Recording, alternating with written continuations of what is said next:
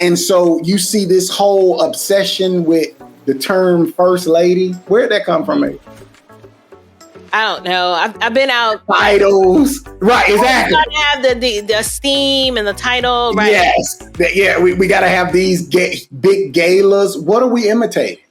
And like I said, when you then... Oh, the politicians. Right. I mean, it totally mimics that. And so now we feel, well, you know what? If I got this situation on the side, well, then we don't have the CIA, but we'll handle it with my deacons. Right. We're the deacon board. Absolutely. Right. We'll handle this. It. Right. With the trustees, whatever we need to do. So it's that mimicking is why we're at the place that we're at. You know who Royce Wright is, right, April? Yes. Mm-hmm. Yes. The other connecting part of this, what he said on one of the episodes of Fearless, I believe he called them grant gangsters.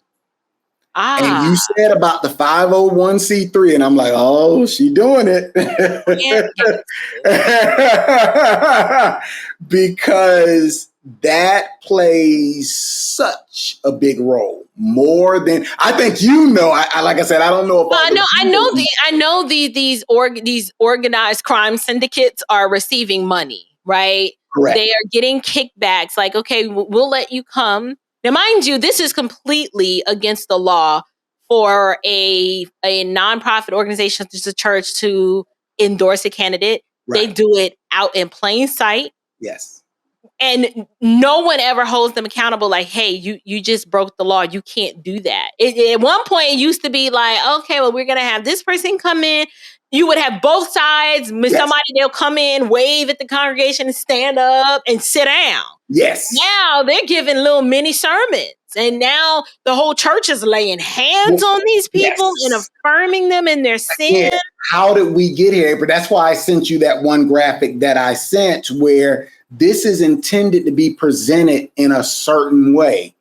The demoralization, the propaganda, the jamming, in order that the church, the body, the public must see this person as this is the political leader who's been anointed by God. How do we speak out against him or her? Right. Do me a favor. I'm about to share the screen. I want you to explain this to me.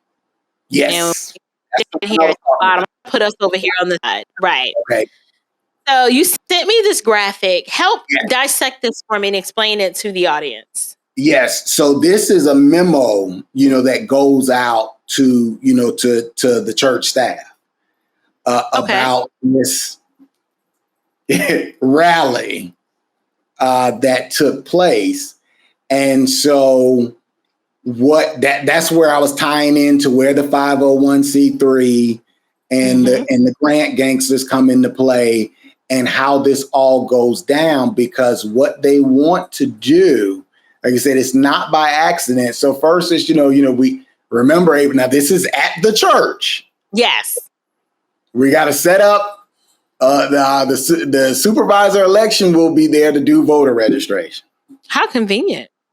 Well, depending on where you go, April, sometimes the supervisor election and many judges are members. And so this is just par for the course. You're right. You are so right. So, you give access to the chapel for the Faith in Florida staff. Faith in Florida is what was kind of like that dream child that Al Sharpton was talking about after the 2004 loss. We need to have parachurch organizations that push our counterfeit Christianity. Right. Okay. Our social gospel. Right. Yes. Our social gospel. Let's add in the tree hugging part to it to get them Greenpeace, and we present it. We use the jargon, but we're taking you in a completely different direction. Right. So you were using Christian language, but it's not biblical Christianity. This is the other religion. Right. Right. Not at all. Okay. Now, if you go down, so that, like, again, this is all planned. This is what everyone needs to do. Who's doing the reserved seating for the clergy and elected officials? Oh, they even have campaign security. Yes. Got to have them all together.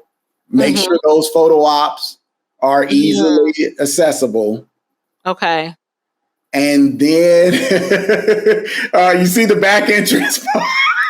I mean, I see the part about having the pastor available. Yes. Yes, Okay. we gotta have right. So we want to do photo ops. You know, they're going strategically how they want. And then it's 8. I made that larger because we want to have the minister of music arrange the singers to sing "Lift Every Voice." Wow. And a song of his choosing. So Correct. now you've got to pull on the emotional heartstrings, Exactly. sing the Negro national anthem, so we can instill in the people a sense of ethnic pride and get them going. Okay. Correct. Exactly. Right. Now, make sure media plays the video, Yellow Pain, which is basically something to pull on your heartstrings of victimization. Yes. And voter suppression. Yes, voter suppression. They trying to take it back to Jim Crow and put some chains. Correct. All of that. Yes. Then we got to collect the offering. Got to get the money. Yes. Ushers to collect offering. Oh, it's time? Oh, wow. Oh, wait a minute. I'll also need directions as to how to have Faith and Freedom staff receive the offering, that is collected. So basically that offering that's taken, is it going to the Faith and Freedom organization? There you go. Now that's not to be known by the body. Right. No, they don't tell you that. You just think we in church, we getting an offering collected. Yes. Yes. Huh. So now let's scroll over to the candidates. Now, again, in Georgia, these may be names that you're not familiar with. Okay. Hold on. Yes. Yes. All right. There it is. Let me make it. Charlie Chris. Hey. Ready, set, vote. Charlie. Right. Ready, so set, let me give you, little history, quick history on Charlie Crist. Charlie Crist was the failed governor once of Florida as a Republican. But this ties into some of the question section you answered. I believe it was when you were on with Chad Jackson and you were saying, and I agree with you, about the GOP is not our solution. He is the perfect example why. The minute he got exposed for the rhino he was able and ran out of office, then he became an independent and tried to run. And now he's a Democrat and tried to run. Now, April Chapman, my sister, this man is a professional politician of over 20 years. Girl, he knew they could not manufacture enough votes. That was April. It was when it was an hour after the polls closed. This was over. Right. You running against DeSantis, who is like wrecking again. Like I said, Florida.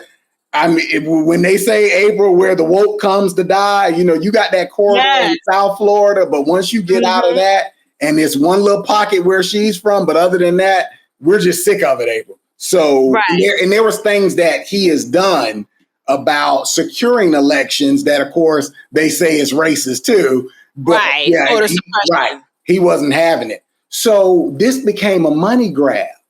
Raise enough money able to go into retirement. And I'll circle back and show you how I saw that work behind the scenes. And then Val Demings was once she is in the Congress. She was running to defeat Senator Marco Rubio here in Florida. She was also the former chief of the Orlando Police Department, which, I mean, you can understand is one of the largest, fastest growing cities, in Florida now.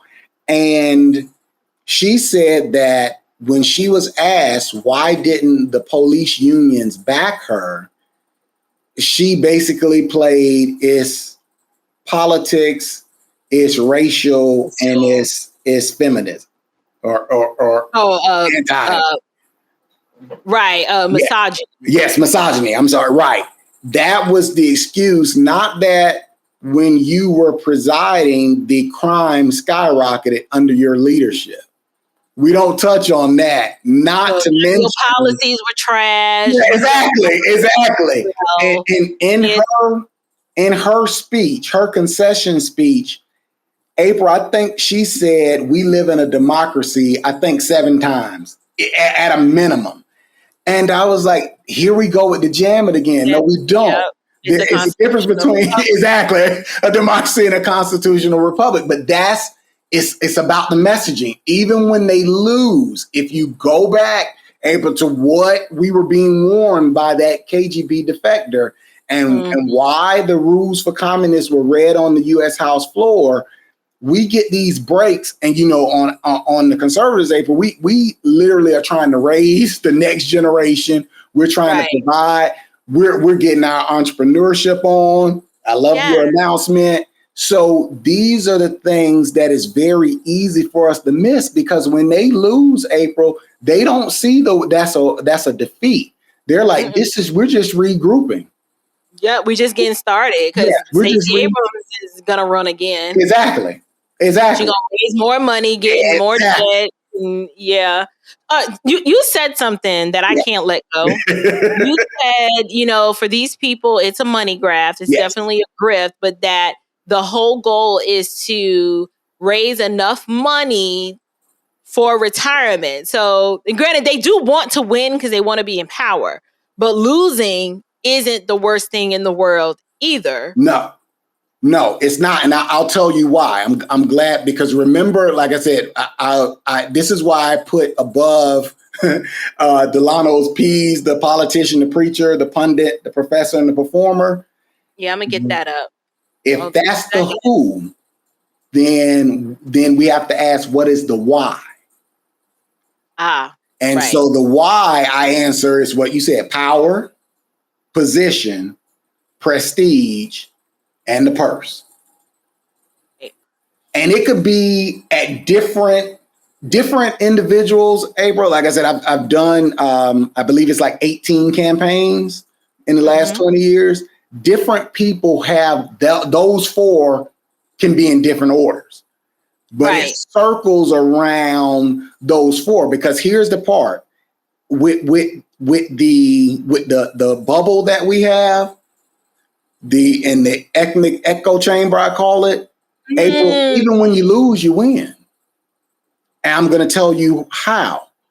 Yes. And now people can question whether it's ethical, and they're very right.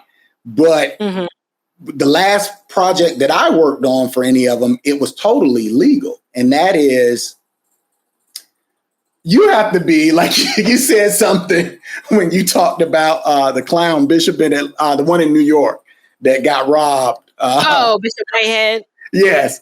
And you said something so powerful. You were like, these storefront charlatans come a dime a dozen. They do.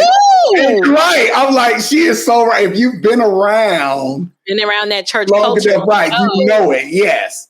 It's so easy to start a church. So you have those. I'm like, when you get in a situation, April, where you get like busted, like for the campaign fraud and whatnot, like you're either that stupid, that really greedy, or that sloppy. Right. Because there are ways. So one of the ways that I saw work is, again, this is more like a fraternity or club of these. I think it's just a direct descendant from the talented 10th. And so just like Delano and you guys were saying about the Afrostocracy, then you have those subgroups in there. So when you get inside, just like you have those power players on the church, you have those, and a lot of times they're wearing multiple hats. They are. But they're also the power players in that community. And so one of them, the reason why, like how they get past the legal loophole. So, and for full disclosure, April, someone like me who was independent, businessman, trying to start off, and, I'm like, I don't have the portfolio. So I can do it for 30% off. That's how I got my run. Because they was like, we go to Hollywood. Hollywood gonna hustle and get this out. If I save that, even if I lose, April, now I can't directly pocket it, but my soror or my frat brother, has a consulting firm, a political consulting firm that I just paid $15,000 to of my campaign funds to consult on my campaign. Correct. In the capacity to tell me what I'm supposed to say when I get into difficult situations, or to tell me how to stand, or tell me how to speak, or they consult on, graphics work. Yes. There's ways to hide Correct. the money. Correct. So that's why I said you have to be. And when you mess that up, I mean, there's so many loopholes in it. So that's why I said you can lose and still win. Well, I struggle with that because Stacey Abrams at the end of her campaign was $1 million. She raised $100 million and was $1 million in the hole. Yes. Where she still owed vendors Yes. and contractors and all these outstanding invoices, so much so she had to let her staff go prematurely. Like, they weren't expecting literally after the campaign to be like two to the roof deuces. They were like, okay, so it's right before Christmas, and it was right before Thanksgiving or shortly after Thanksgiving. Yes. Right after Thanksgiving, before Christmas. Correct. They without warning, they were all let go. Yes. So I'm like, how do you raise $100 million, still owe contractors and vendors, and you're $1 million in the hole? What were you doing with all of that money? April, if you ever get the forensic audit on that, there's going to be some things that are going to come up, I think, that will blow people's mind. Hence, that's why you'll never get it. I mean, like you said, they got to secure that retirement. Their post after my political grift is done. Right. I'm a single woman. I don't have a husband. I don't have children. I need to secure my financial future. So this is how I'm gonna do it. I'm gonna just keep running because she can raise some funds. Exactly. She'll raise the money. Right. And don't forget, like we said, inside of the bubble, inside of the echo chamber, April, once you have that cloud, and I think this is one of our failures as a nation, is that all of a sudden these people are now earning $200,000 speaking fees. Yep. To lie to you. Show up for 6 minutes. Right. To lie to you. And we wonder why we're in the state that we're in. Really? Right. So there's definitely money circulating within our community. April, it constantly circulates. It's just where it's being spent from. And so that's what bothers me now, where you have, I'll give you a name of someone, April, who was a mentor to me on the political side. He's passed away quite some years now, but his name was Carlton Moore. He was a city commissioner. He ran for county commissioner. He was one of those early accounts that I had. And I think he saw me more as a son. So he would literally, we would sit at his house, April, and he would talk. He shared some powerful things that he was like, Hollywood, I know you. Now, again, he had a lot of racist ideas in his little self. And he said, well, you didn't grow up when I grew up. I grew up in Jim Crow here in Florida, and I know what it's like to not be welcome somewhere and to be threatened. And I said, you're right, Commissioner. I can't live what you live. And he was like, nobody has ever done anything for me that didn't look like me. I was like, well, I can't say what I can't. I don't know. I'm like, but I can't. Yeah, that's not my testimony. I think if you really think about that. Mine is the opposite. Right, exactly. Mine is the total opposite. I was like, I think if we get out of the racial ideology, you might see that differently. But what the problem, he was like, he got into this, April, in the late 70s, early 80s. And so where we grew up, there was areas like where my in-laws, they built their home from the ground up. Like, when they're a little bit younger than us, you couldn't live on the other side of the tracks. So, this is where, this neighborhood meant something to all of them because this was there was nowhere else to go. And he said, so I came into this fighting. I came into this where there were no Black police officers on the Fort Lauderdale Police Department. But at the end of his career, I don't know if he ever addressed that publicly, but privately, there were some regrets that he had, that he thought some of his, I guess, mentees that were coming up after him, it was about the purse and the prestige. And Right. that it really wasn't he felt for them it was about the people. And he was like, that has gotten lost along the way, and they'll say anything for anyone in order to get wherever. And they really don't want, he found it disrespectful that many of them, they kind of played the game, April. I got a property over here. I don't really want to live in the hood, April. And so that's very similar to the preacher. Hey, April, right. They ain't trying to live there. So that's where I totally like lost it with the Floyd thing. And you got, pastors, I mean, they just started playing a role, like straight acting. I'm afraid. I'm this. I'm like, okay, you afraid where? When you right. Well, you had one performer in particular, LeBron James. Yes. Like, he's constantly performing. Right. Like, sir, you don't live around any black people. Exactly. You're not afraid. Exactly. But I was part like, of the Afrostocracy, one of the P's, the right. performers. Right. Yes.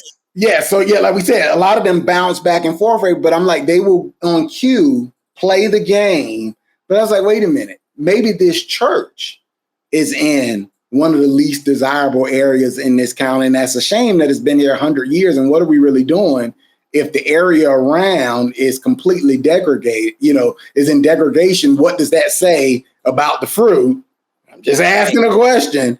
But on top of that, that's not where you live. And I'm not saying that's where you have to, but don't right and play the game that you live in fear and you're afraid.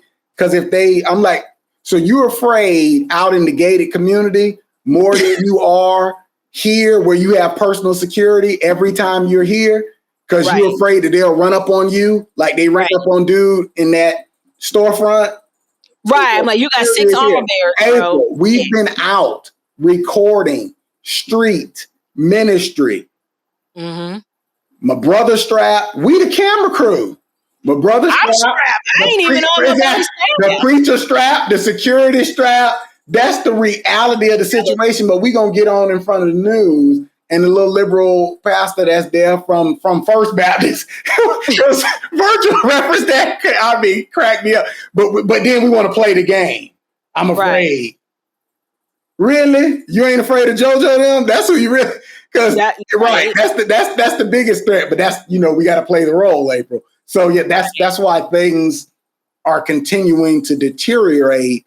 And again, if you play that, April, though, you can keep the cash flow coming because there's money circulating, but it's what is being spent on. Right. It's much easier. Consulting fees and the consulting game, April, is just amazing because you can put that down as a memo, and I mean that can cover so many things. And that's the way that this is done. And like you said, if you want to, I'm April, you can make a good living. Like we said, just on the media side of it, because someone's always running and, you get referred to someone else. But it's so amazing if we understand the timeline that you've been covering is that this shift from the vision that Booker T. Washington had to the vision that Du Bois had. And then, like we said, we get to MLK and people, I know that's a tough pill to swallow, April, what you're giving people. But if they don't understand that this is why, like you said, Atlanta, Miami, Fort Lauderdale, Detroit, Baltimore, Montgomery, why is it all the same, April? I'm like, DC, NYC, we don't want to talk about Philly. Yes. They all have the same common denominator. I tried to broach that conversation. Yes. And I think I heard Roland Martin when he was asked that same question. Instead of him just answering the question, he deflected to like the state of Mississippi. Yes. Yes, that was on with Value Entertainment, right? Right, because the state is poor. We're like, sir, we need you to account for all of these blue cities that not only do people not want to live in, but they're all run by your camp, and they never get better. They just get worse over time. Correct. And he's not going to answer that. Right. They can't. But here's the shift that I've seen since 2020, April, is before it was like you said, it was kind of that deflection, what he did. Yeah. Now, it's not even an argument. That's white supremacy. I've never seen anything like this. This is from the pit of hell. I've never seen anything like this, bro. Everything, well, you're taught, this is your whiteness. Yes. And you're a black white supremacist. Like we're so exposed now, April. We've had a black president, a black attorney general. We keep saying the first this, the first this, the first this. We don't want to talk about what their platform and what their ideology is. Right. And so we keep getting the same poor results. And now they can't defend it anymore. So, I mean, I'm seeing this in all of the P's of the Afrostocracy. Yes, now we're the problem. That's why what you're doing is so important, because literally, I think it brings us to the place. I know that you asked Chad about it. I believe you asked Pastor Virgil Walker, but it's like, where do we go from here? Right. I would say that with this whole, now that we've labeled it the Afrostocracy and we've segmented these P's, I think it should help my audience and other people who listen to this show to be able to, when they see it and identify it and say, okay, I heard about that. Right. This is the ideological subversion that's taking place. I've never been of the opinion that, okay, the left is bad, so run to the right. Right. I'm trying to point people to Christ. Correct. In the sense that the platform on the right might be more sanitized on the surface, but you have wicked, fallen, evil people over there too that need to be dealt with. Yes. So where does that leave the Christian? It leaves the Christian in you need to just be discerning. You need to be found faithful doing what you can do, what you can control, which is raising godly children, staying in your marriage if the Lord wills, or at least fighting for your marriage if it all has to depend on you. Yes. Don't worry about the other person. You just do what you need to do. Yes. And then we can't be silent. Right. We need to speak up. When y'all talk about injustice, and if you see an injustice, you gotta be a voice. If you see something, say something. You see something. Silence is violence, April. I agree. I see this all the time, and I use my platform to say something about it, because if we don't point people to the scriptures to say, listen, what's at the root of all of this is fallen, sinful, wicked people who need new hearts and need to be made alive in Christ Jesus. It's only till you're born again where you actually recognize, oh my goodness, the problem is here. Yes. It's the seat of my own heart.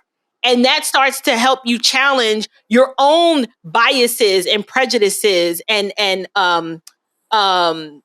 bigotry. Because please believe it, Black folks are bigoted just as much as a white person can be. Let me jump in there. I don't want to talk about that though. Right. And that is, we're being so hurt by hypocrisy that's an epidemic of itself. It is. And we don't want to deal with it. And we can play this game, that Afrostocracy keeps pushing, which is to blame the man and the system. Mm-hmm. And you're not looking inward. And that's one of the things that everyone that you've had on recently, that's why I said this is a God thing. This is, I don't know who of us know each other before, but I was like, this is the message that you're putting out. I'm like, people, April isn't. Now, she does plan and you are organized. I can see that with all that understanding what it's like to be an entrepreneur. Wife is a medical director. So we just can't go just off the top of our head every day. But the topics that you're touching on and the timing of them, because like to go back to that Roland Martin interview, and like you said, he's just a poster child for the Afrostocracy. He plays that game. And we're not addressing, you have shared with it, especially when you talked about the episode about the reversal of Roe versus Wade and these clowns, in the pulpit. And that hit for me because I'm like, I am also a product of every opportunity, April, every red flag that you could be born with, other than both parents. Both parents there, but domestic violence was the norm. I mean, like I share this with people. My earliest memory is I'm probably 2.5 to 3, and my mom slitting my dad's arm, cutting him under his arm while he's holding my younger brother, who's not even 1. Oh, wow. And in retaliation, him trying to slash her earlobe off. So they're just fighting. They going right. This is like super violent, super violent situation, inner city, my parents didn't own anything. So the whole home ownership doesn't, you don't see the value in it at first. You've got to get out of that environment. Well, April, you get 6 kids. Out of that, some go one way, some go another way. So how are we saying that we need a system that demands equal outcome for everybody, without everybody, when you don't get that? And we slept in the same room. It was 6 of us. It's a 2-bedroom duplex. Oh. I was like, so you come from that, and then you hear these clowns, and again, they're well-paid clowns. Yes. Sell this whole victim narrative, right? In this victim gospel. I'm like, what is this? You're not going to help people, because I don't know for you, April, but for me, like, you still have. I've watched, now it's such an age gap. So my oldest sister is 16 years older than I am. Okay, so mine too. She was okay. So we have, because I heard your reference. You was like, well, we saw some things, but when you talked about her, she was like, we weren't sure, but you brought up things. She said she could remember it. Right. So, we didn't grow up in that context of that time. People almost thought that was my mom, because she always had you. Right, exactly. But so many teenage girls, this is the late 70s, early 80s, it's becoming having babies. Right. Yeah. We're having babies. And so what this whole CRT, BLT, whatever pit of hell ideologies that are being platformed, April, I'm like, it's missing the critical message of what you're trying to point people to and what's supposed to be our responsibility. And that's so important, because these people put so much energy in. Tonight, is it tonight, April? Tonight or tomorrow night, instead of Bible study at a particular church, there's going to be a documentary on the racist past of a certain city. What? Who asked for that? Like, why do we need that? Right. Well, like, what is the goal? So make you upset, you leave the film, now you mad, and then you speed home, you get pulled over, and now it's the cops' fault. Like, it's just... Correct. But again, April, would you be shocked if I told you at this same place in 2019 or 2018, there was literally a mental health conference where the main topic was post-traumatic slave syndrome? Listen. When I tell you, April, I've seen some stuff, I'll be on y'all couch. I literally heard someone argue for that, to say, like, I saw this little girl. If you watch the I don't want to give it away, but there's this one point in Uncle Tom 2 where there's this little girl who's probably about yay high to a pup. And she's no justice, no peace. Yes. No, she's like angry and going out of her mind. Yes. And they're just like, she learned that and was able to, harness that, from history. And you see how it's and they're talking about it like it's a good thing. Yes. Like, she's this angry. And I'm like, ma'am, your biggest issue right now is probably if your mama gonna take your iPad from you. Thank you. And you out here angry at you 5. Yes. Okay. Your only decision is, am I doing, high C fruit punch, or, your life is not that. Yes. So where's all this anger and aggression comes from? It's because she was taught that. Correct. How do you have people this many generations removed from slavery suffering post-traumatic stress? Right. Right. And this is where I wanted to point it to, April, was that this is why what you were saying our responsibility is so important. And I know sometimes, in our circles, you can lose sight of that when we have so many responsibilities, right? Right. And we wear the hats. But if I believe it was Chad Jackson that pointed to this, and he said this, one of the saddest things about this. I know Samuel Say, I don't know if you know who he is, but slow to right. Okay.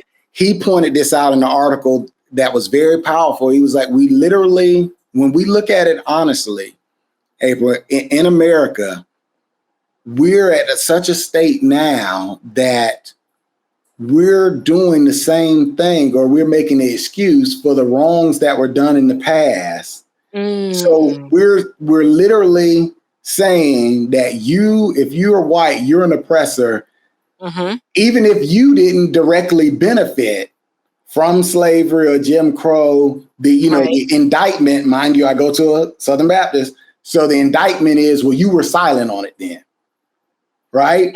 And I'm like, okay. But then, and you've referenced this, but then we are turning around and doing the same thing today. And we don't see the hypocrisy of it. We've lost more in 1 year than the whole span of slavery combined that never got a chance outside of, well, some did, and they were killed outside of the womb. Right. And we just count that off. We make, rap videos about it now, April, like it's, I saw that. Right. Like it's no big thing. And I was like, so do you realize we've missed the point? Yes, that was wrong. And you tried to point this out. It was a sin. You don't fix sin with more sin. Hank Rogers or whatever his name, Abram. Indy. That's his real name. Yes, exactly.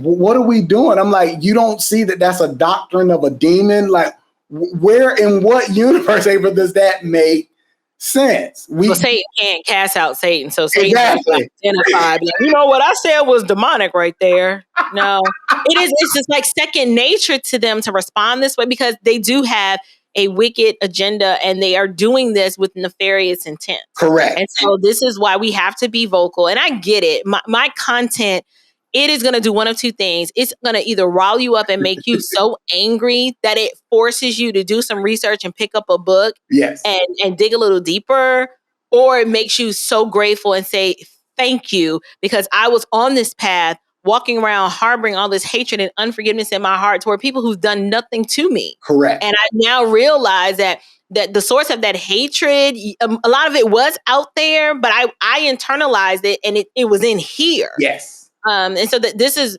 why I'm so vocal about the gospel.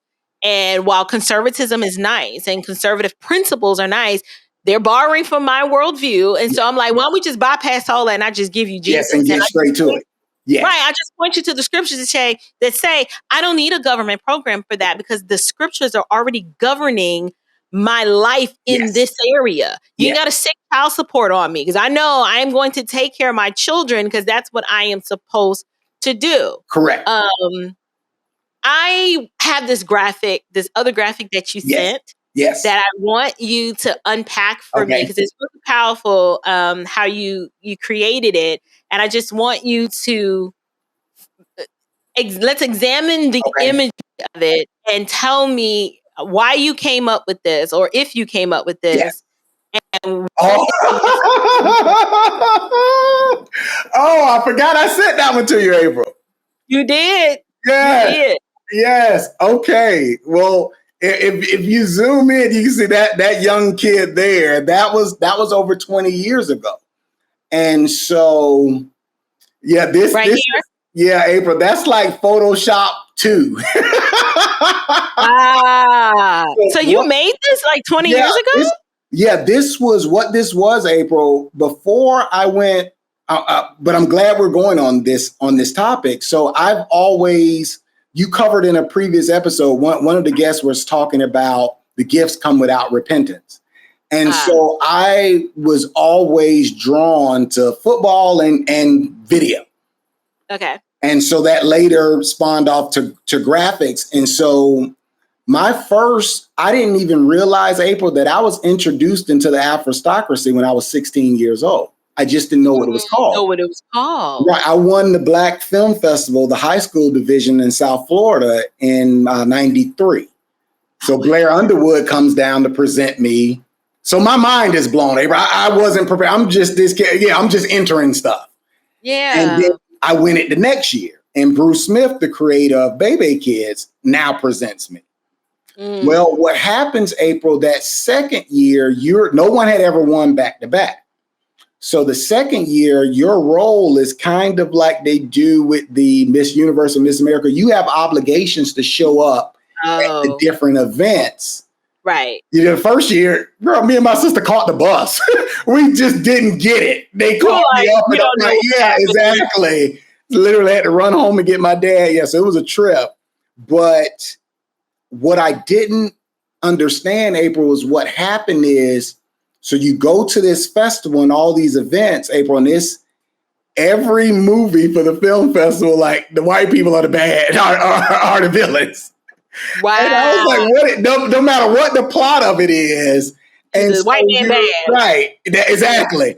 And so everyone you interact with, they're like, well, you're the future. They're trying to get you into this seminar or do this symposium, or you should go to this church, which I didn't know was militant because I didn't know what that was at the time.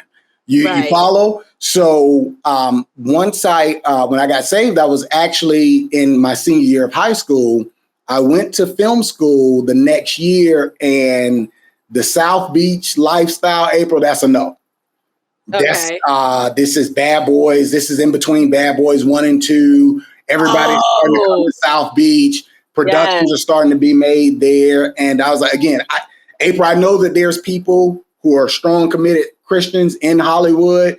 It wasn't my... I ain't going to be able to do it. Yeah, it just wasn't. Even the school, what we're seeing now, April, was being experimented with then.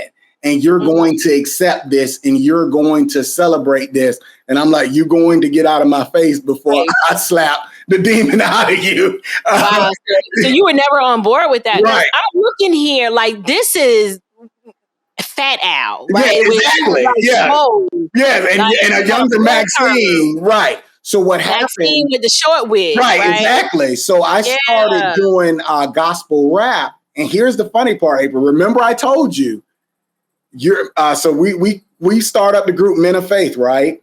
And remember I said Holiness Church. April, got a few issues with y'all young boys, right? Right.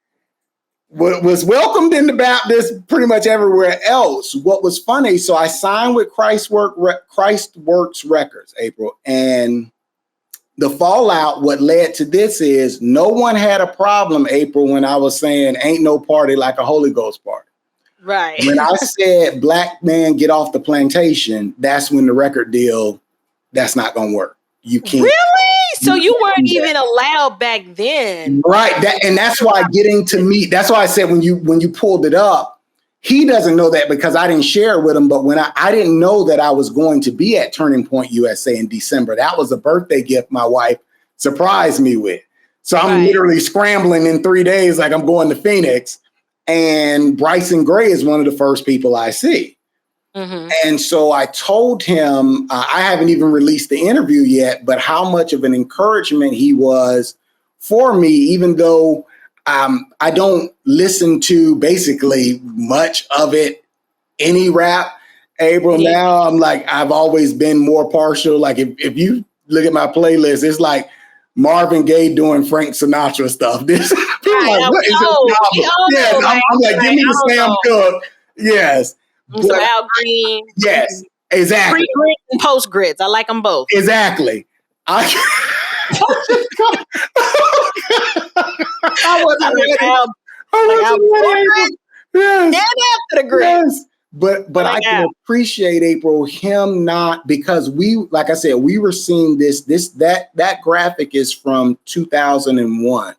And we were seeing it back then that you are going to go along with the Afrostocracy, or don't have a platform. And when he shared with me what he had gone through, and that he was like, I'll do it independent. You're not going to stop me. I definitely can appreciate his stance on that and why that was so important. So what happened, April, like, you know, and I'll tell you how it came full circle for me. So at this point, I'm only doing music, and you know, it doesn't take a skilled accountant to realize you can't keep spending money on studio time for projects no one is going to release. Now, mind you, you may have had mp3.com, maybe this is pre. That was it, right? The resources weren't there where you could really do it on your own. Right. And you're selling out the trunk. Yeah, if you get, I mean, you're trying to raise money, girl, to get it pressed. I was like, right. you can't get to that point. And like I said, as long as I was doing like crunk gospel, that wasn't a problem. When I became a problem when I got political, and the label was like, we're not doing it. And we actually, me and the owner got in our first argument was about the 2000 election. And yes, why he was saying that, you know, as Black folks, we got to support Al Gore. And when I laid out all of the problems, then he said, well, we just don't vote for anybody. And I was like, why? It was the same thing. Abraham, like, why are you advocating our responsibility because you want to stick with the talking points? So I'm going to send you like a screenshot of like these different songs. I got a song about abortion that was called Murder. Like, they was like, get him out of here. The problem I have is that we know at some point, April, like I said, I watched this. I was one of the people who were not crying November 2008, tears of joy, because a change has come. You know, we heard all that. And I'm sitting there, I'm like, we have no idea what we're getting into. But I thought, okay, some, you know, just like some lessons you have to buy, April, right? You know, you can't learn all of them. And I thought that was going to be, you know, a hard lesson, but it was one. And I have seen people like Tatum and Candace say that was the turning point for them. They thought that Barack meant something and they saw it go a completely different way. I'm one of those people. I thought you said the same thing. Yes. So I voted for Obama, sure. Yes. But I didn't know any better. Right. Like I said, yeah. Like you said, I bought into it. I thought coming out, well, it was eye-opening for me also, April, that seeing who the candidate was in McCain, I'm like, okay, this is rigged. I said, and that's what woke me up. That's what took away the GOP card. I was like, okay, y'all not even trying. I was like, yeah, this we got interest on both sides here. This is the union party Kathy Barnett talks about. It was his time. Like he was the chosen one. Exactly, to usher in what needed to be ushered in, right? So it was coming, I guess, getting to this point, it's like, even after you've had family, church members locked in their homes, we've scared them to death. They're scared to come out. April, to go to some of these places. I'm back on the road this weekend, and it's like, I remember I was in Alabama last year, and I was working on a commercial for a church, and they're like, after the service, like, well, how is it? It's like, how's what? He was like, how's the footage? They all look like zombies. I'm like, I don't know how we're supposed to use this. Well, they've been scared to death with propaganda, and now they're here for 6 months straight with masks, and then you tell me to come in and capture it. They look like they don't want to be there. I can't fix that. Wait a minute. So after you've been recording during this time, they're asking you how was the footage of you capturing them? Yeah, because in 2020, everyone had come back to some type of, I mean, in 2022, all of them had come back. We're talking whether it's California, Ohio, Alabama, Florida, they're all in Pennsylvania in person in some way, shape, or form. Right. But it was completely different. And I'm like, it's hard to describe, but it's like they almost look like just like empty. It's like Why are now I see here? what you mean. Right. It's like they seem defeated. I'm like, what happened to the joy? But again, they scared. Well, some exactly, of them they're scared. Right. Scared. Yes, they're scared. So I'm like, I don't know how we're supposed to make a commercial out of this, because anyone that sees this, why would they want to come? Right. Because people they aren't smiling. No one's hugging. Yes, exactly. Right. That's right. They're all right. Hey, Exactly. sister. That's exactly. That's what it was. And I'm like, you can't fake that on the camera. And I was like, none of this, is good. And so it's like I can appreciate what is the relationships and the friendships, April, but also that should also be the people that could tell you you're wrong. It should be. Right, should be. And if we can't do that, then you've said it in other episodes about other things, then what are we doing? What's happening? And I said, this is a lie. I said, I'm seeing one thing every day on TV. I'm going to churches that are completely empty. And I'm like, this is being done on purpose. I understand how you control people with media. It's been what I've been, working in since pre-first. And so I was like, we're creating a narrative, April, to get to for them, the means justify. As long as we get the result we want. They don't care who they harm. Right. It's a slap in the face to my problems in life, April, wasn't systemic racism. It wasn't the white man. It was two parents who were functioning alcoholics. That had nothing to do with redlining or anything like that. It's siblings who are substance abusers, hard drugs, right? So I'm like, why would you deflect away? I had to make a decision, April, to go in a different direction. No disrespect to my parents. And I'm like, do you understand the people who the Lord was showing me? He was like, I've placed people in your life your whole life. Yeah. Many who didn't look like you, didn't come from the same background. I had them lined up. This is my doing. So that's been a part of what I've been doing, is going on what I call it my thank you tour, is reaching out to some of these old teachers and coaches. And you'll see some of those videos on my site about the mentoring.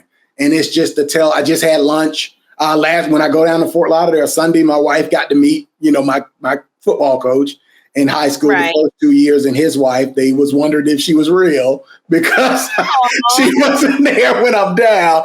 And my TV production teacher, April, I'm like, these people sacrificed, so that I wouldn't be a statistic if I wanted, if I wanted to. Mm-hmm. So how dare I get up and play this game, April, about blaming other people?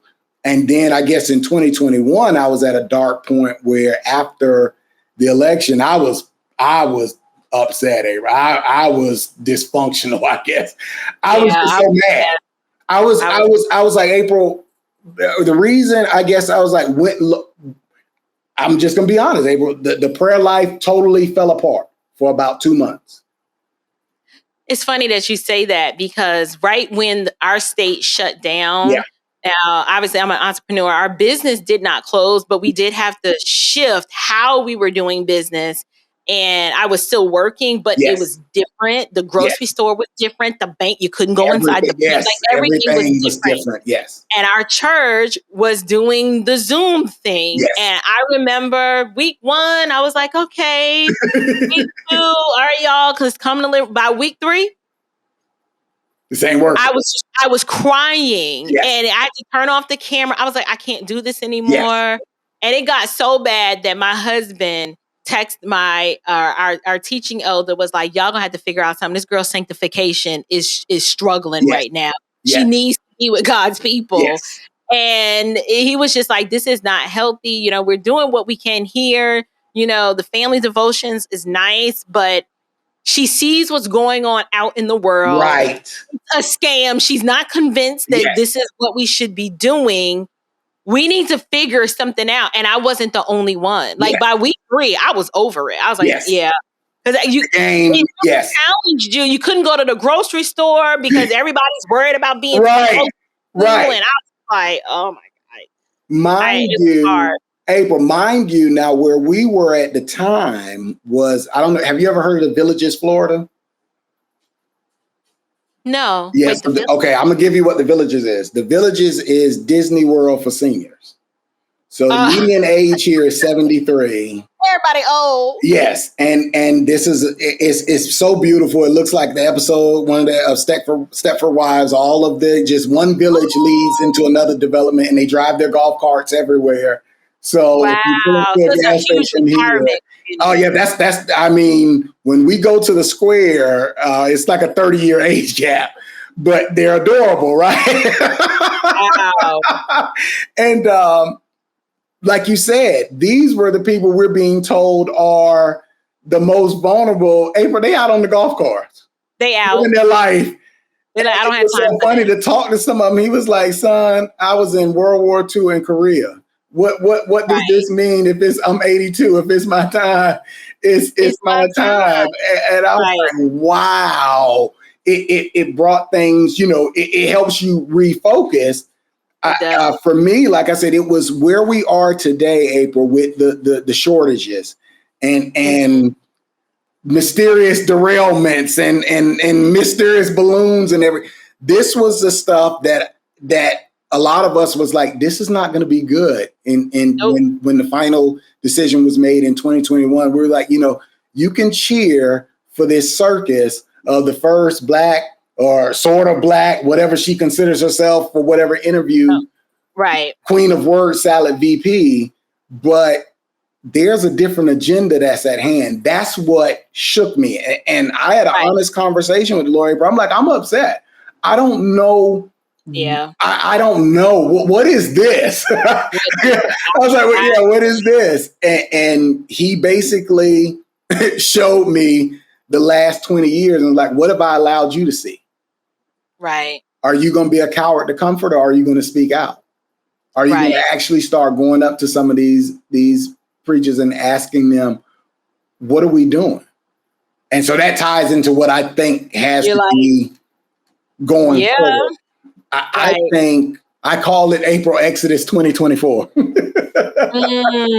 I think that viewers, anyone who sees this, April, that finds themselves, again, if you can walk away from your episode with Virgil Walker, right, your episode with Delano Squires, your episode with Pastor Bryant, and your episode with Chad Jackson, and you don't get it, then it's you don't want to. But like where you left off with Chad, it's like, what do you do? We can't put our light. We can't put our light under the bed, right? And I'm like, if we are in this, you left, I left, Chad left, we had to get out. Pastor Brian left, Virgil. We had to get out of those institutions. Right. We have to have a serious. Now we had that conversation, but we're saying the listening audience, they have to have that conversation with themselves. And you ask, is this your God? Come on through. Because at this point, that has to be the only thing that is keeping you in this apostasy. Right. You actually, well, I believe there's a few things at work. Yes. You have strong delusion. Yes. Satan has literally blinded the eyes of so many. I would argue that there are genuine believers who are like, I was deceived. Yes. I was not paying. Like even my actual sister, at first, she was kind of going along to get along with the politics and the whole narrative with the pandemic. And then she was just, one day she called me. She was like, I finally get what you've been putting down. Yes. I was asleep. I don't know how I missed this. I was living my life. I've never been a political person, but she was like, this agenda is so obvious now that she's like, I can't unsee what I saw. And now I can't, I'm on a rabbit trail looking for, well, what else did they lie to me about? She was like, so now you thought I was woke before. Now I'm awake. Yes. I'm awake. She was able to see it. Then you have others who are still in these apostate churches. Some of them, the Lord just hasn't pulled them out and drawn them to himself yet. And then others they legitimately, what they're being fed is what they want. And so it's Itching judgment on ears. some and God's mercy on others. Yes, that Right. makes sense. The itching ears, that makes sense, April. And so if someone found themselves in the place where your sister found herself, and it's like, do you prayerfully go up, I mean, and have a meeting with your pastor? I mean, we can complain about everything else. We don't have a problem having a meeting if the fish fry is canceled. We'll meet. We complain like, Vera's pound cake was dry. Yes. I don't know why y'all keep letting her make it. Right, exactly. We'll call a meeting for that, April. I'm like, why this? I don't know what happened at that church, April. Like I said, I saw people amening him, but you literally had a guest pastor basically make every type of excuse and then say it was his civil right to support abortion. And I was like, what are we doing? How can we just let that go, April, and say that that's okay? And if they answer and you start to get this CRT, BLT, chicken McNugget answer, then that I think is a good sign that it's time for you to move your membership somewhere else. And what I challenge people to do is to not let our skin be an idol. Because listen, it's not gonna be Burger King. It's not gonna be your way. You may have been used to, April, you're my witness. It's not gonna be what you were used to growing up or most of your life. But if it is a Bible believing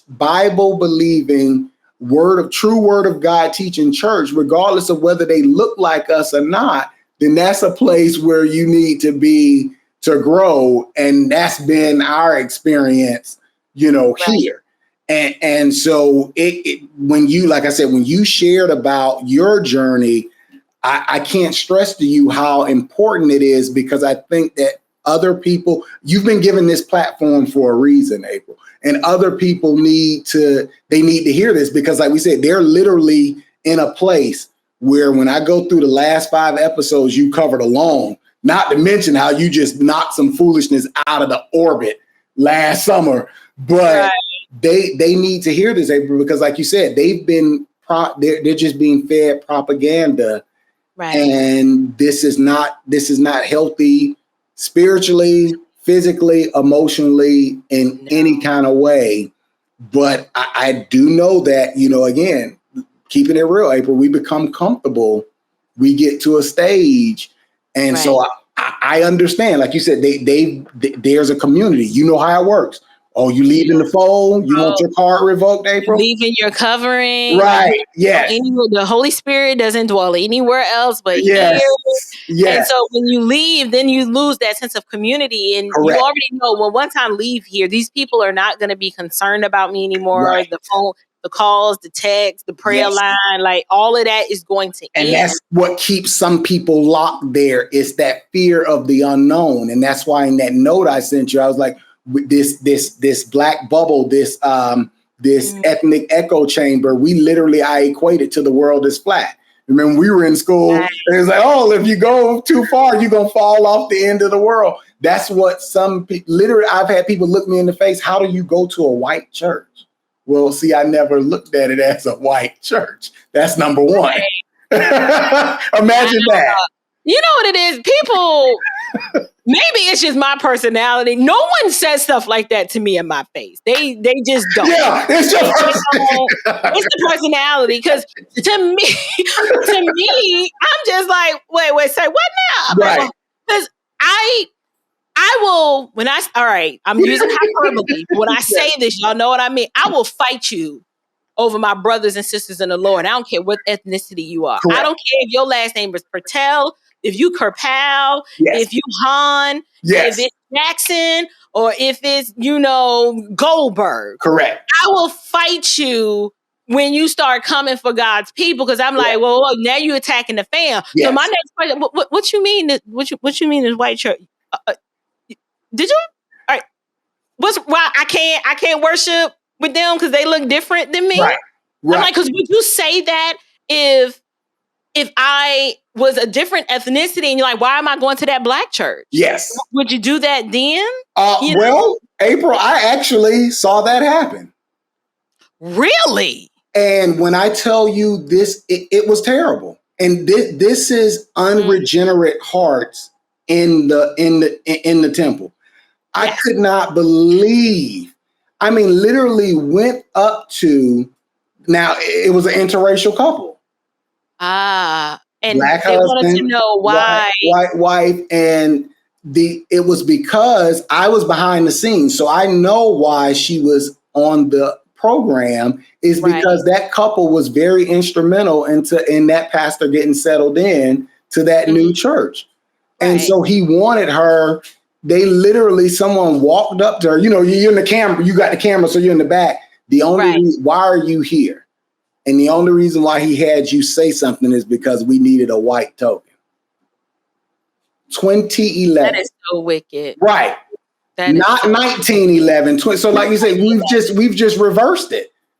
That's not a regenerate heart, April. If we're saying things, that offenses that happen to our ancestors, and we turn around and hold a grudge against somebody that we've never met, never known, never wronged us, what is that? Right. That's ridiculous. That's foolishness. Is what? Yes, it's wickedness. Yes. We gotta call it for what it is. I don't even say racism. It's ethnic partiality. It's partiality according to ethnicity, which stems from hatred in the heart, and we just need to deal with it like the sin that it is. Because you can't expect to eradicate sin while we live here on earth. But when we see sin, regardless of where it's coming from, we need to call it out and deal with it, and urge people like, you really need to repent, because that was racist what you just said. I'm not even like, don't do that. Yes. And so we have to be willing to hold one another accountable when they say stuff like that, because it's wrong. Like, don't. Well, it was doubled down. They ain't gonna say it to me. Yeah, it was doubled down on it because she went in, that couple went in, and had a meeting about it. And then the staff complained this was what was the answer. And I was like, this, it's going to tie into your background on the health and wellness, April. The excuse was, well, that's how I was treated when I was the only black at this business. And so that's how I was treated when I was the first black so-and-so over here. She doesn't like it. She can't deal with it. There's a privilege thing coming around. And how I say it ties in, April, and this won't be popular because, again, now obesity is a disease too. You're not responsible for that. Yeah, disability and everything else. And I was like, one of the things that are, we talked about it, April. We talked about the comorbidities. What I've seen with this, like 50 church run is one of the biggest things that is taking us out and is keeping us sick is unforgiveness. Ooh. And a lot of times it's against people we don't even know. Like, they just taking a real estate in your head. Yes. And they're harboring the hatred, the unforgiveness, and the bitterness. Yes. It's like that root of bitterness. And you just like, where did that come from? Like, I know people personally who they were raised around all different ethnicities, went to high school with white people, had white friends in high school, never had these sort of ethnic issues. Yes. Now, all of a sudden, because it's in style, followers to quote everything as white supremacy. Yes. Every time something happens to them, or microaggression, April. They impugn ill motive. And I'm just like, and this because on what basis are you making this assertion? You're killing yourself. It's just like, you were not like this back in 82. What's wrong with you? Yes. I'm like, you need to turn CNN off because it has made you some sort of rabid dog. I'm like, so. It's funny you said that because I can't tell you how many offices I've walked into and that's what's on. And I was like, that's what it is. This explains it. What happens is they are in the wrong. They are literally doing something. They are in the wrong. Yes. And instead of them holding themselves accountable and owning up to it, because the dealing involved a white person, now it's that person's a racist.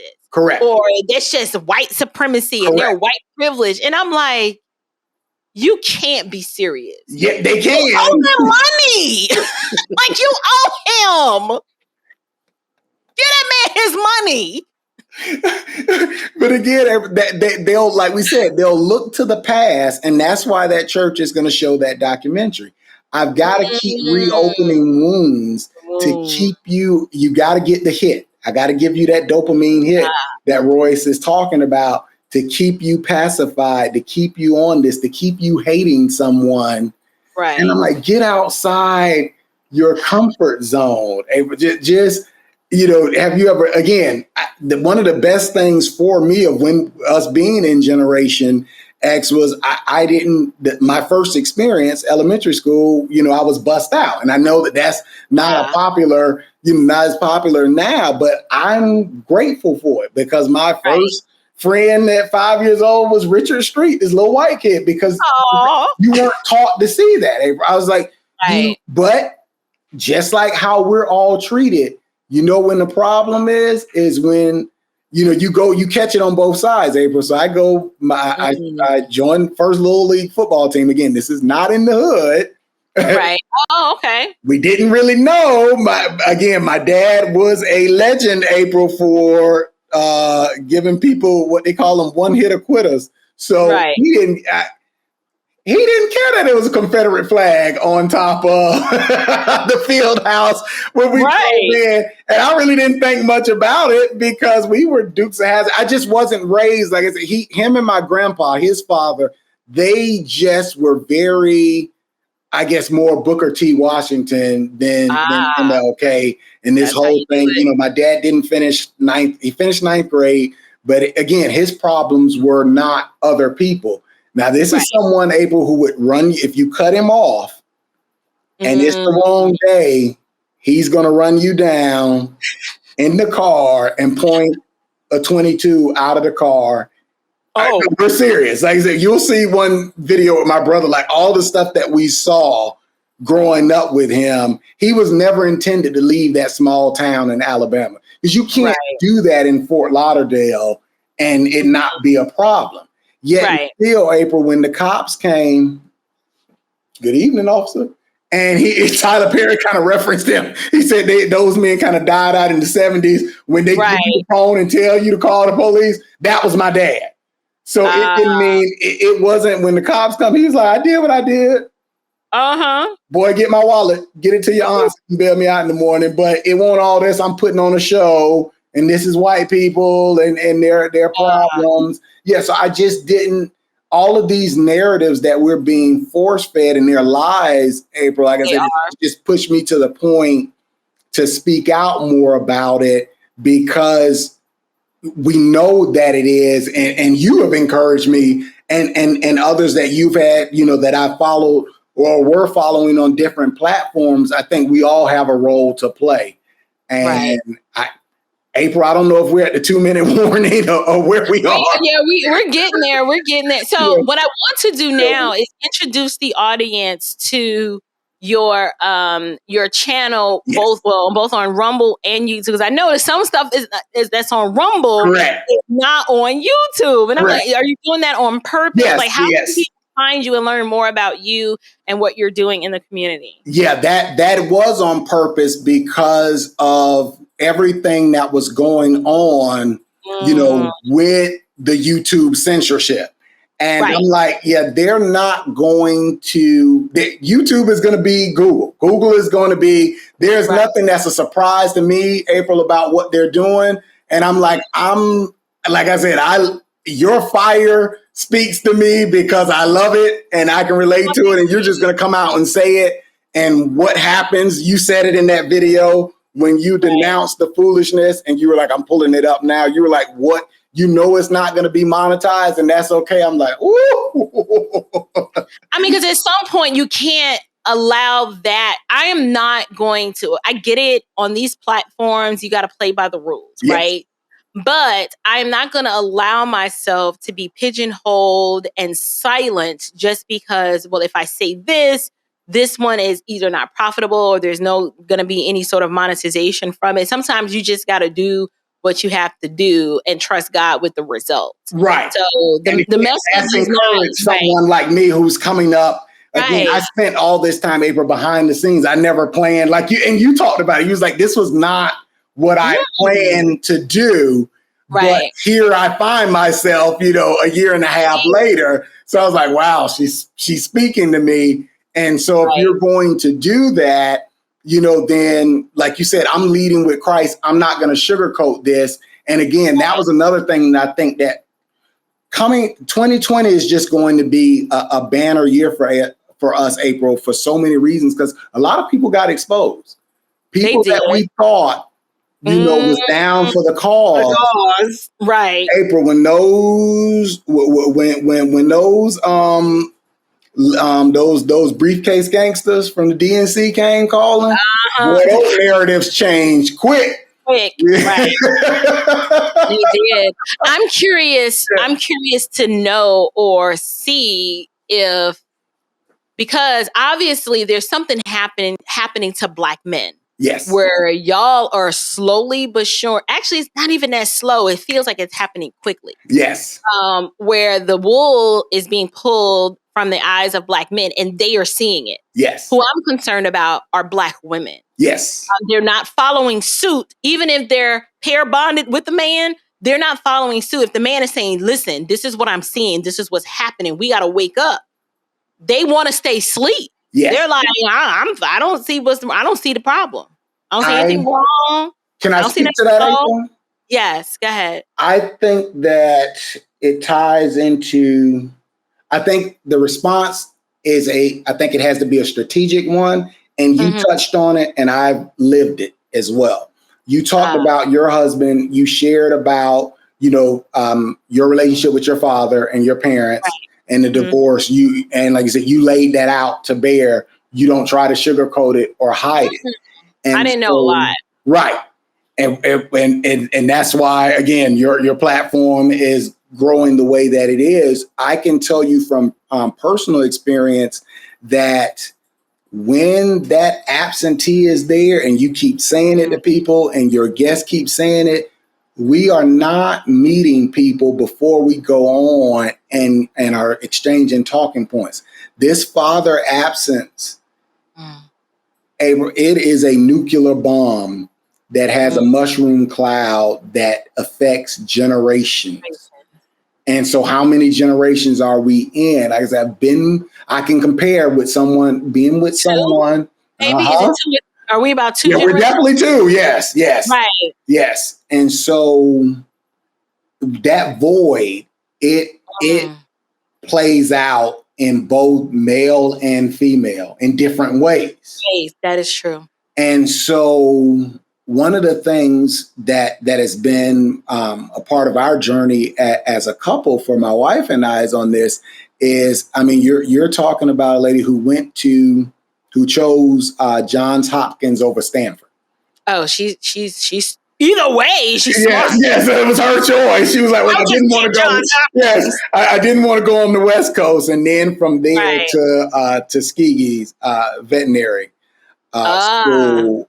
And some of the things that you're talking about, just this journey probably for her since 2016, 2017, she's like, we were watching, like I said, we're listening to you driving back home Sunday and you and Chad are talking. And she was like, my dad was trying to say some of these things to me. And I was like, oh, he's old fashioned because I'm being indoctrinated, even though I'm a part of fellowship of Christian students, Right. It's the culture. Yes. And it's subtle. Right. Her. Yes. It's so subtle. And so when you have that and you get with a man who is very hardcore, conservative, it can be a clash, especially now for us. Like I said, it has not been because there were conversations that she's like, my dad talked about this 40 years ago. And I'm watching, her dad was conservative. She was like, I'm watching this literally, and he's been gone now, for like 7 years. But she's like, I'm literally watching this. This was what he was warning about. This was why he was saying affirmative action is a bad idea. So he told her that? Yes. Now, mind you, this is someone who was the first. If he wasn't the first pharmacist, he was one of the first in our community. So we grew up. Yes, her dad. Oh, wow. And that's an accomplishment. Exactly. This is something, like we said, Jim Crow, South Carolina, went to the military, then to FAMU pharmacy school, and the success story from there. And so he was saying this in the 70s. This is not going to end well. This is bad. And that's why it was so powerful. Like I said, when you talk about what Virgil and Chad has been sharing, we're listening, saying they're right. Because now our dads knew each other, but they didn't run in the same circles, as you can imagine. They didn't have a pharmacist in the Street Fighter. Like they didn't cross paths like that. Right. So other than my dad to come up there and probably get a prescription, I think he'll knock somebody out. But they didn't know each other. And we're both saying both of them were like, when Virgil was like, the community wasn't all on this MLK train. He's right. He's not making that up. Finally get to grandfathers told us about this, right? And so I'm trying to collect stories of individuals. My grandfather. I mean, you're talking about men who could barely write his name, but was like, y'all don't understand what was shown on TV and what was happening in Alabama was two different things. Not to mention, people showed up an hour before the cameras and then joined the march, but wasn't there all day. Like, I heard those growing up over and over. And so he totally had no patience for Jesse Jackson and Al Sharp. Like, he would have fought. Yeah, my dad would have pimp slapped Al Sharp. Yeah, he just couldn't understand his whole thing. Like, April, I literally watched him for most of my life growing up. This was someone, like I said, was a functioning alcoholic. So for him, now again, I definitely learned the Lord took away, he replaced the years, gave back the years the locust, took away with us. So we were able to bond, repair our relationship before he died, like over the last 4 years. But this is someone, April, who I watched from, like, I knew how to fix drinks at 5 because I fixed my dad's drinks. That this is just what you. Why are you mixing? Like, this is what you. Right. This was normal. Like I said, but would show up at the church on Easter and then come home and say the pastor don't know what he's talking about. Oh my. This was our reality, right? That's the reality. Yes, but I was like, what we would watch him do until I, graduated high school. April. It was very common, especially middle school and high school. You saw a man get home at 7:00. And drink until he falls out of the chair. This is probably 11. He on the floor. No. Didn't drop the cup though. Now he'll fall out of the chair, but hold on to the cup. So much so that the grandkids drew a picture and they had their grandfather with the green cup. In the chair. That's how they remember. That's how they were, right. That was normal to them, right? And so, but every morning, April, 6:00, he's back up. And he instilled that in me. He was like, y'all are my responsibility. That, okay. It was just, this is what you do. Nobody, so I was allowed far too much leeway. Me and my brother are at the end. It's all girls. And then you get to us. And that was probably, they were tired. But they're like, that point, raise yourself. Yes, exactly. Like I said, we got 18 and 1. Right. But you actually remember talking with them and they recounted like our reality. We were living, working our jobs, tilling to our land. I had family in Alabama who raised 12 kids in the Jim Crow South and they all went to college. No, that was not their realty. Yes. Now you weren't trying to go out and cause trouble with a white person. That could mushroom into a whole serious situation. Right. Yeah, but they had their own land. I'm talking about acreage where the road is named after you. Right here, and this is one of the things that we're dealing with more recent, April, because like I said, that was my father's philosophy. That was not. So we were when we grew up, we thought my mom's family was more middle class out of North Carolina. Okay. And so her oldest brother owned a construction company. And you can understand they didn't, because of who my dad was. So we don't have a lot of close relationships with first cousins as children, because we were the family that nobody would come around that much because it was always so volatile. But instead of taking responsibility, they framed it as they think they're better than us. Really? They were the problem. You see, right. We had that in our family too. Y'all won't own up y'all's dysfunction. They better because they living over there. It's like, no, we didn't want to be robbed. We didn't want to be in the middle of y'all's fight. We just trying to keep the baby safe, okay? Correct. So it was that pattern. And, like I said, I didn't have that. It was not until my first wife's family, understanding, they put an appreciation on home ownership and land. And she was first generation Haitian. Her parents were both born in Haiti. And so I'm talking to a woman who learned English watching Sesame Street, cleaning people's houses. This is a whole different work ethic that you and Delano touched on that is real. And so when y'all are saying this, I'm like, I've lived what they're saying. Yeah. Well, Caribbean people have a different, we move different. Right. Well, what I didn't know until I could start visiting family on my own, and when my dad got sick in 2009, and we moved him back to Alabama to be around his siblings.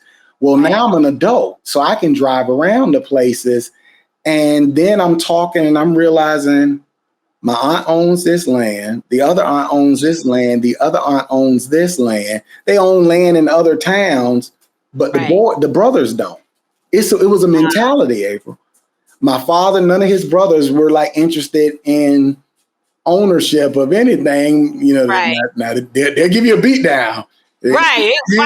You ain't got to ask for that. You get that on credit. But the mentality, and I'm like, even to this day, just what you said, that lane, that street is her last name on that lane. And that's that property. And she has property on the other side of the street. Right. And nobody bothered you. No one was just coming down that one. The road is too narrow. And if somebody's coming down, you got to back out because you're Correct. And it's still, it's still like that today. And so, were there barriers to people? Like my first cousin, Sam Curry Jr., was the first Black police officer for the Loxley Police Department. Hey, bro, that's in 2005. Now it's population probably 2,300 now, might be a little more. It was maybe 1,100 there. But he said, you know what? I didn't think of it that way. I wasn't trying to be the first anything. Right. I was trying to do my calling.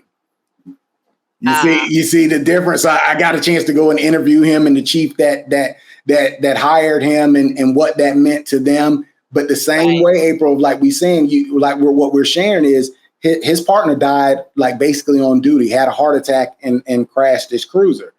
And this is someone who does not look like us. He was like, that was my brother. We had each other's back on every call. My cousin never really recovered, from losing his partner, Carrie. And he was like, his family was my family. This is in former Jim Crow, Alabama. Right. So, what Virgil is talking about, the narrative, it's not, but that's why we need to keep going back, able to take those images and those stories, and everything is the next Emmett Till. And this is the next, you see what I'm saying? Because we have to keep that front and center to deflect from the true reality. Yes. So unfortunate. So let's do this, Hollywood. Yes. Tell my listeners the name of your channel, both on other platforms, and how they can learn more about you and your work. Gotcha. I will start with YouTube. It's at A Critical Perspective. So you go to YouTube, add A Critical Perspective, right? Mm-hmm. And so, like you said, I don't do as much on the YouTube. I use the YouTube more as a backup to my Rumble channel. Yeah. So I'm going to post more on Rumble. It is also, so it's Rumble and then A Critical Perspective. Absolutely. So what I'll do, I'll make sure that the channel information is linked in the description box. Yes. I so thoroughly enjoyed this conversation. Oh, the website. Oh, yes. What is the website? HollywoodMorris.com. HollywoodMorris.com. Yes. You can go there to HollywoodMorris.com to learn more about Hollywood. Yes. I thoroughly enjoyed this conversation because I did want to have some firsthand, someone with firsthand knowledge Yes. on their experience with the Afrostocracy and what that looks like played out in real time Yes. in the sphere, a little bit on the political side. Well, one, I believe that the pastors and the politicians are in an illustrious relationship with one another. Absolutely. And so they tend to overlap a lot. Correct. So knowing that, you've had experience doing, media work and were able to see these things up close and personal, particularly amplified through the pandemic and through the election, was really, really interesting. So I'm glad we got the chance to talk about that. I'm sure you won't be a stranger platform. There are so many other things that we need to discuss, and I'd be interested in hearing